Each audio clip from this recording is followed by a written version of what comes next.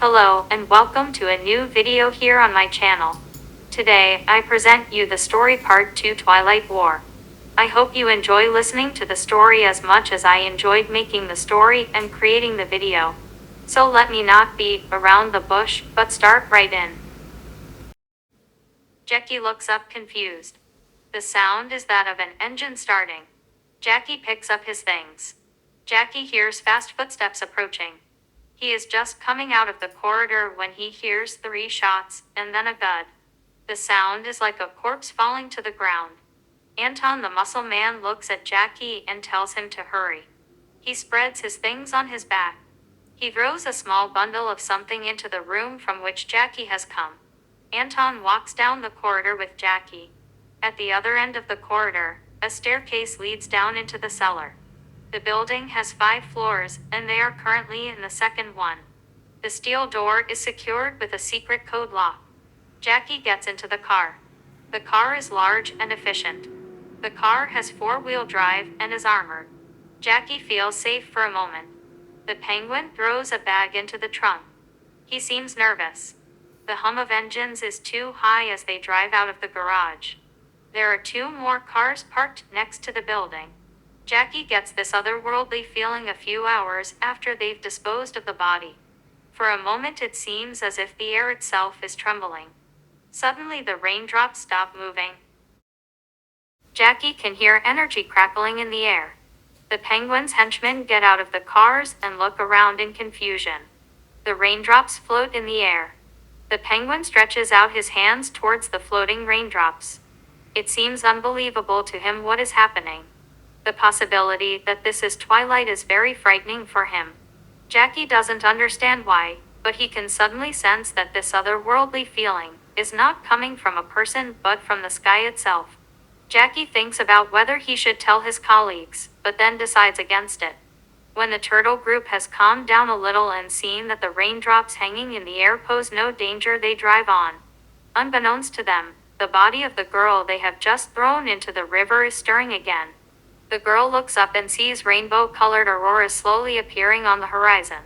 These mysterious otherworldly auroras are spreading across the sky with increasing speed. The girl has seen these rainbows before. And just like then, these rainbows will now once again plunge the world into chaos. The girl swims out to the river bank. She gets out of the water. There she relaxes and spits out the water in her lungs. She thinks back to how she didn't expect the turtle group, especially the Penguin, to guess her ability so well. But unfortunately for the Penguin, her ability is not just what he suspected, but much more. The girl tries to get a bus at the nearest bus stop, but none comes. As she looks over to New York, she sees the lights suddenly go out one night after another in the city. Her first thought is that it could be a power cut. But then she hears the crackling in the air. And a crushing feeling overwhelms her. It's that otherworldly feeling that she knows all too well. She concludes that the rainbow auroras in the sky are apparently also interfering with electronic devices. Her gaze wanders from the city to the street. The car she can see in the distance stops. This leads the girl to the conclusion that all forms of technology are disturbed in this case. She looks up at the rainbow-colored auroras. She knows what's coming, but the people don't. She wonders whether this phenomenon will lead to another war. But she can't be so sure. What she can be completely sure of is that this time the phenomenon will have a much greater effect than then. This is simply because more people are alive today than back then. But what she fears most is not the war, but that there will be no one left afterwards. The biggest fear she has is being alone. She never wants to feel that suffocating feeling of eternal loneliness again. She is prepared to do anything so that she never has to experience this oppressive feeling of eternal loneliness again. A booming noise snaps her out of her thoughts. She sees an airplane crashing in the sky. The plane, like all the other machines and technologies, seems to be completely out of order. The fact that people are dying is a little sad for her. But it is not nearly as sad as when she is alone. That's why she doesn't really feel much when she sees the plane crash. When the plane crashes, the kerosene ignites, causing a spectacular explosion. She almost clutches her chest and wonders why she feels nothing at all. It raises the question for her whether she has simply lived too long to feel anything, or whether she is a monster who only thinks she is human. Deep in God, she stretches out her hand towards the floating raindrops. In the end, she thinks that it simply doesn't matter whether she is a monster in human skin or just a human who has few feelings. There is something more important to occupy her thoughts at this moment. The feeling she got from this boy is definitely the same feeling that comes from others of her kind. She is sure that he is slowly but surely becoming one of them. It would be a shame if she were forced to kill him. She would like to prevent herself or one of her followers from being forced to kill him. She hopes for his sake that he will not stand in her way. There is another voice in the back of her mind. This voice finds the little boy with the scar on his face somehow attractive. She shakes her head to calm herself down a little. She has more important things to do now than obsess about the beauty of little children. She has to make contact with her subordinates before chaos breaks out. A voice snaps her out of her thoughts. The voice belongs to a tall, muscular man with blonde hair and blue eyes. The man demands that she tell him what is going on. She raises an eyebrow and asks the man back what makes him think she has a clue. The man smells strongly of alcohol and is smoking while staring at her. For a moment, the man seems to have forgotten what he actually wanted from her.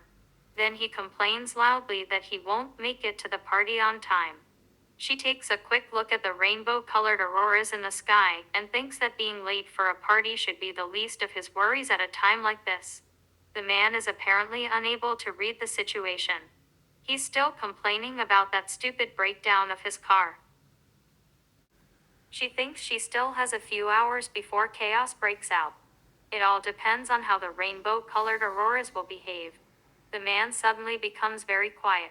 She gives him a quick glance and sees a mixture of emotions flash in his eyes. On the one hand, he seems to be confused, but on the other hand, he seems scared and frightened. As she follows his gaze upwards to the clouds, she sees an airplane swooping down from the sky. After a few moments that feel like half an eternity, the plane crashes into a small forest about 100 meters away from them. The explosion lights up the night. At this moment, the emotions in the man's eyes have enough time to travel all over his face. He is suddenly sober and wants to run over to see if anyone has survived. The girl, on the other hand, is completely cold. He looks at her and asks why she doesn't want to see if she can help. She looks at him with a cold expression on her face and asks what she has to do with the crash. He hadn't expected this cold side of this beautiful young girl. He can't put it into words, but there is something in the girl's eyes that gives him goosebumps. She gives him the advice that he should take more care of himself in times like these. He looks at her, a little confused. Suddenly a hissing and cans interrupt their conversation. As she looks up for the third time in a few moments, she has a bad feeling. A swirl forms in the sky from the clouds and the light of the rainbow-colored aurora borealis. At the tip of the vortex, the colorful light shines brightly. He looks at the thing in the sky with panic. Even he understands that this light is not normal. He doesn't know if it was because of his drunken state that he didn't notice the rainbow in the sky before, but that doesn't matter now. From the dazzling rainbow-colored light, numerous colorful lightning bolts twitch down from the sky and strike New York. The scariest thing about this picture is that the lightning is completely silent. A blink of an eye later, no evidence of the existence of these rainbow-colored flashes remains. Silence returns. The silence becomes suffocating. The girl is relieved when the chirping of birds breaks the silence. The birds they have discovered begin to chirp, and the entire flock of birds, consisting of countless different species, begins to chirp loudly. The flock of birds flies closer and closer together and becomes a dark cloud. In a beautiful and fascinating swirl of feathers and birds' bodies, the flock of birds merges into the body of a beautiful young woman. The young woman has short purple hair and purple eyes. The woman's name is Reese, and she is the daughter of Valeria. Reese is stark naked for a few moments. You can see everything from her numerous scars to her medium-sized breasts. During this time, she shows no shame and doesn't cover anything up. She just stands there silently and looks at the girl. In the next moment, The feathers swirl up from the floor and merge into a beautiful purple dress. Reese bows to the girl and calls her founder. The girl casts a fleeting glance at the man who disappears into the forest. And then she looks down at Reese. Reese waits for her to say something. She looks at Reese and says that she can also call her wandering or Pope. She makes it clear that she is not a fan of being addressed with any formalities. Informs Reese that she has discovered a potential meter creature in the turtle group. It takes her a few moments to remember the boy's name. It's not that she would forget the name. She is not capable of forgetting anything in the first place. It just sometimes takes her a while to recall the information from her mind. It is precisely this characteristic that makes her life both difficult and easier at times. It just depends on the situation. Now she has found the name of young Jackie. She tells Reese that the superhuman is called Jackie. Reese hesitantly interrupts the founder, saying that they really need to get back to base. The founder asks Reese why no one from Twilight has come to rescue her. Reese replies that the people from Twilight did come to save her. Reese seems a little nervous, but then she pulls herself together and admits that Twilight has asked for her help to find her again. In Reese's eyes, the founder is something of a saint or a goddess. Poppet says, then let's go back to the 10 houses. And if you would be so kind, could you please tell Twilight that I'm all right again? But the turtle group will be our next target when this is all over. Please inform my subjects from Twilight's high house that I want to hear a report on the world situation. Reese stands up and says with a proudly swollen voice that the job is as good as done. The sun rises as they pass through a portal into a large reception hall. The portal looks like a cube with blue edges. Inside the cube, the air seems to shimmer with heat. This makes it impossible to see through these portals. These portals are as high as a door and have the shape of a fairly elongated cuboid. The entrance hall is large and made of gold and white marble. The two women walking through the hall towards the reception are inconspicuous at first. To any normal person, this hotel appears like any other. However, to any superhuman it is clear that very few people in this hotel are normal people. The receptionist recognizes Reese. The wanderer or founder lets some of her power flow outwards.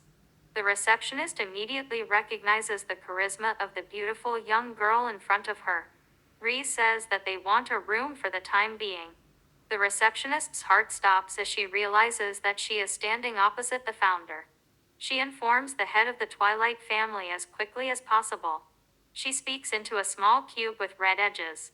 The small cube picks up her sound waves and transmits them to an identical cube in the hand of the head of the family. The two women get the largest and most beautiful room. Their room is on the highest floor of the hotel. The two women are waiting for the head of the Twilight family. While they wait, the power and communications fail worldwide. Jackie is now stuck in an old building with the turtle group. The cars they wanted to take to their second base have simply stopped halfway there. And this building is simply the closest one. Every technological device they have no longer works. They can't tell what's happening outside their line of sight at all. A few clouds of smoke rise from New York after 3 days. Jackie has the feeling that the world around him is slowly descending into chaos. He doesn't have the impression that it would be a good idea to separate from the turtle group now. As long as he can't communicate with the outside world, his best chance of survival is to stay with the turtle group. But he would never have got how accustomed he is to being able to simply go online and be in contact with the world. Being so cleanly and effectively cut off from the rest of the world gives him a very strange feeling.